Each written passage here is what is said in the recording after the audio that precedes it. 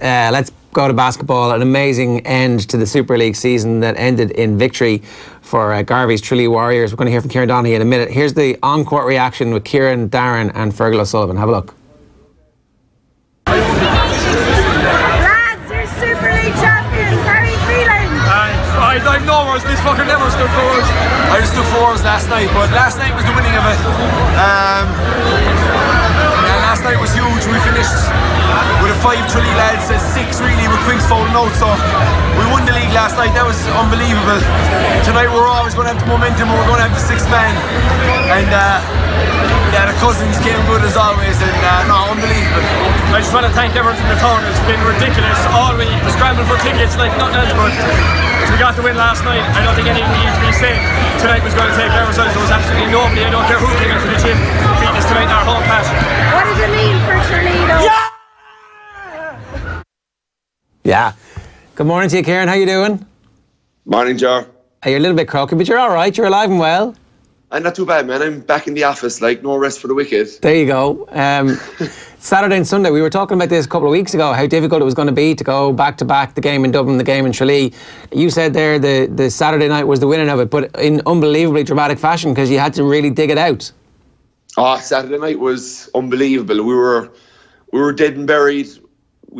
A lot of our starters fouled out. Our big guy, our 7-footer, Duzan, rolled his knee. Well, I actually rolled his knee running off the back of him, which he informed me of last night after we won it. But yeah, we were down to the kids from Tralee really, and Rap, like, you know, the international Rap Vitus came on and was just huge, grabbed a huge rebound, made free throws, and he was one off a double last night. The young kid, the prodigy. So no, look, it was one yesterday, or it was one Saturday. But like, you know, I literally had no words after from my interview because it was just a feeling that, you know, we were dead and buried. We were down 7 with like 40 seconds to go or something, and just Fergal hits a big 3, and it was mad ending to a game. Incredible atmosphere as well, both nights. Both nights, yeah. Marion got a great crowd, and to be honest, they've been great champions, and the words their players spoke to us after the game yesterday was top class by all of them. Because it was tough for them, you know, they were defending champions, we're coming up to their own floor, they're winning the game, they shouldn't lose that game, they know it, we know it, but they were really class after the game yesterday, kind of saying, look, you know, he did it yesterday, he deserved it. Conor Meany, who's the face of Marion basketball, like, you know, unbelievable player, he's like a dart thrower when he's shooting his 3-pointers, but he said like that, you know, we did it yesterday with 5 or 6 Irish homegrown players on the court, and nobody can take it off us forever. Yeah, I mean, look, the influence of people coming from abroad and bringing basketball culture to Ireland and helping it is unbelievably important. But equally, the point you're making, it is great to have a bunch of locals who are from within a 5 or 10 mile radius of the team on the court at the end. Yeah, and everybody got to play last night. All the young rookies got in last night, and yeah, a few of our guys that have been unbelievable at training every night, Tuesday, Thursday, Friday, games on Saturday, travelling a little bit into the country, not playing too many minutes because we're fighting for a league, and they're just that bit down the roster, but never let it affect their attitude. They always stayed positive. They were always good teammates, and delighted that everybody got in yesterday. Derek and Ellie, Gary Murphy, Paul McMahon all got in yesterday to play, and you know, like they're all Tralee, and yeah, it's mad really. I was afraid to let myself feel what it would be like to win it, because I just didn't want to jinx myself. So all I kept saying to everybody last night is, it's amazing. That was my word. I just couldn't get anything else out of it. I was like, don't ask me for an explanation. It's amazing, okay? Do you get a sense when you win something like that, Kieran, of how much of a part this has been for your entire life? Like the idea of you growing up watching basketball in Tralee, that great Timmy McCarthy side back in the day, watching them have great periods of success. Do you get to get that whole idea of what this actually means to you personally and what you've seen through your growth as a person over the last couple of decades? Hi Owen, first of all. Yeah, no man, it's mad, because the 2 leagues I won in 04, 03, 04 and 08, 09, they were running. They were a playoff series over a weekend, and we won one of them in Cork and won one of them in Limerick. So the last time that trophy was lifted in the complex was '96. I was 13, I was in the back of the team photo that made all the papers the following day, just like the picture in the Examiner this morning. There was so many kids in it. I was that kid 13. I was that kid when I was 13, and so to go full circle like that and to win it in front of our own fans, because like even the 2 cups we won, we always won them in Dublin, and we won them in Cork, we won them in Limerick. We never won. I never got the winning thing with the Tigers in Tralee. So for the Warriors, the whole town, the Brendan's Club, there's the Tralee Imperials Club, you know, that's why this time it's more special, because it's actually the whole town is behind it, not just one club in the town. So yeah, them days in '96 were when we were trying to get this team together, we were trying to create something that could have an impact on the community, that could have an impact on the kids in the community in a very positive light. And we were like, if we can get the Super League thing up and running, we might be able to inspire the next generation of kids to go home. Like when I was 13, after that, when they won the league in '96 with Ricardo Leonard, John T and Vinnie Murphy, I went home and I was out the back that night for 4 hours. I went home at 10 and I was out the back till 1 o'clock shooting, and the neighbours were like, "Blue, tell that fella put away the ball." That's the story in my book. My grandmother saying, "Kieran, you have to go to bed," like, and my adrenaline is going through my veins, and I'm out the back shooting, pretending I'm Rick Leonard or Vinnie Murphy or John T. But that's what got me, you know, cycling to the complex at 6 o'clock in the morning to go play. That's what got me all the hours outside in the cold with my gloves on, with holes in the gloves, shooting the basketball. That was what got me there. The NBA was great, and that's why I think more people should be bringing their kids to games in Ireland, support your basketball club in Ireland, because when you go there and you bring your kids there, they'll actually really get inspired by something they see live. You know, the TV can be great, and we all can't be, you know, I can't be LeBron James, but maybe I could be a Fergal O'Sullivan, or I could be a Darren O'Sullivan, or I could be one of these homegrown guys that are just going to come out there and do their role for the team. And then when you least expect it, they just excel all your wildest dreams and just become like winners and right in front of your eyes. Yeah, like they're incredible scenes last night, as you can see on screen at the moment. Like, it must give you so much pride thinking of all the kids who annoyed neighbours with their basketballs last night. Yeah, absolutely. Like, that's what you're kind of hoping for, is that was the reaction. I was talking to a cousin of mine, Brian Stevenson, Hillary's cousin, and he said his daughter came home after the Temple O game, and like they couldn't get her down. This was 2 weeks ago when we had to win the do or die game against Temple O, and she said that she couldn't get Abby, her daughter, down from the high. Like, that Abby was just like electric. It was like, she said she was after having 10 cups of coffee. It was just, there was no getting her down, and that's what basketball can bring. And it's a funny game that way, that it's just electric. Like, you know.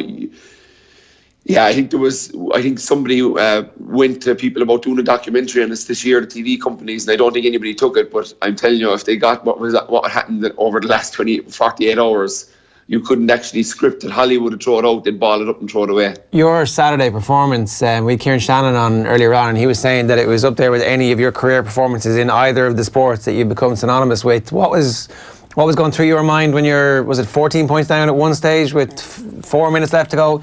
Are you thinking this is gone? And what are you actually doing? What's your internal monologue at that point?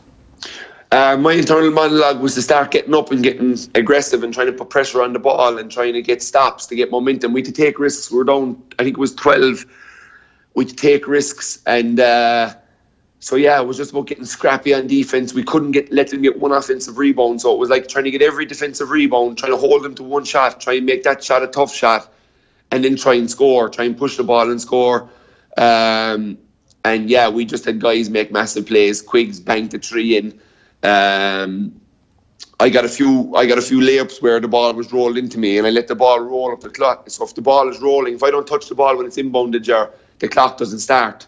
So there was like 40, 50 seconds to go, and somebody was throwing me the ball into the basket, and I was just letting it roll, and like that saved every fraction of a second. And it just shows you never give up till it's over, because every fraction of a second means something. And you know, we had to be very mindful of the clock and the scenario we were in yesterday. Late on in the game, like, I'm guarding Conor Meany, I'm on 4 fouls. So if I have one more foul, we're gone. I'm on team fouls. We're on team fouls, the team. So if I foul him, he's 2 shots. He's 92% free throw shooter. And Pat Price comes up to me last night and goes, "What were you doing trying to steal the ball off him?" And then I just got lucky and knocked it and got the ball and got 2 free throws, and I was crossing myself, because when I was going to the free throw line, we were after making the comeback. We're down 1 with 20 seconds to go, and I missed the first free throw.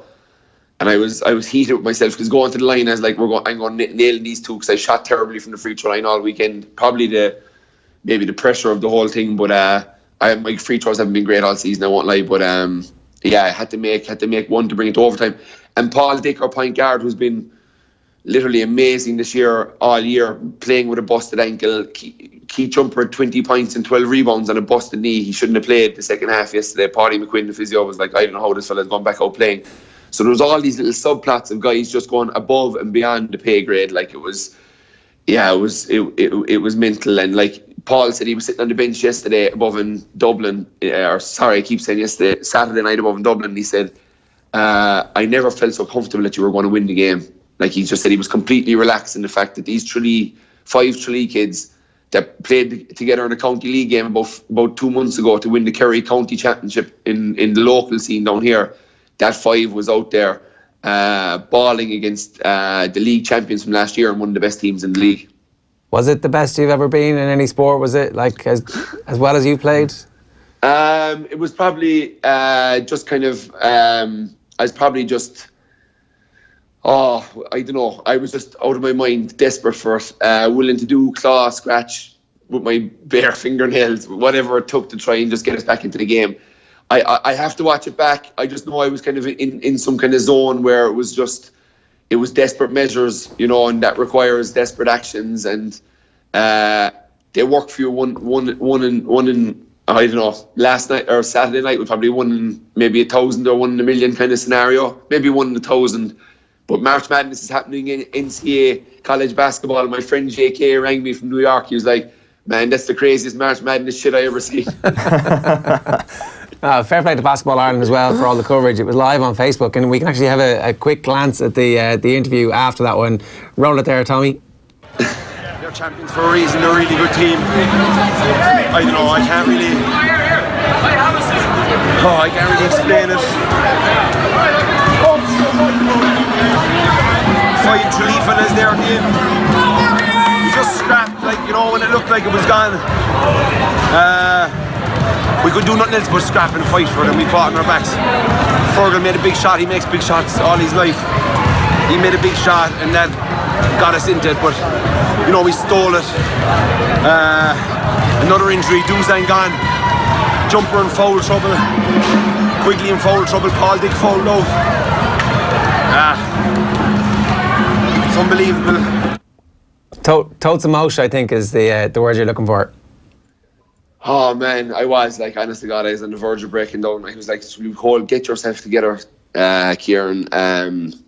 It's the club, like, you know, it culminates in what happened over the weekend, but like, I've been at every committee meeting on a Monday night. Hillary said Brexit would have been sorted last Monday night. We were there for 3 hours, like, trying to organise the weekend, trying to get us looked after the weekend. Like, there was so much going on. There was the Saturday night game, there was recovery afterwards, there was a pool session, there was getting the physios to get their physio beds into the pool, there was active recovery, there was skin compression shots sent from attack. It was mad. It was just, and then that was, they kept talking about Sunday in the committee meeting. They were an hour talking about Sunday, the big game Sunday, tickets. I was like, lads, it's all about Saturday. Like, if we don't win Saturday in Dublin, there will be a Sunday, but it's going to be a lot harder. Like, I was like, Saturday is the game. We got to get up the night before. We got to get a team meal. But in typical Warrior style, like, we went to Five Guys for our team meal on Friday night. So to all you dietitians out there, I'm sorry about that. Don't worry about it. Oh my God. Don't worry about it. Yeah, that's where our team meal in Five Guys. So I'm just trying to plug in the charger here, Ger. Sorry. No, you're grand. We let you go. Congratulations. It was a brilliant achievement. Pretty amazing, man. We'll see you during the week. We will. Shot clock during the week. There'll be some Warrior stuff in it. Fair enough. If it's wall to wall Warriors for 1 week only, you're allowed. Kieran, good stuff. Thanks, Owen. Thanks, Ger.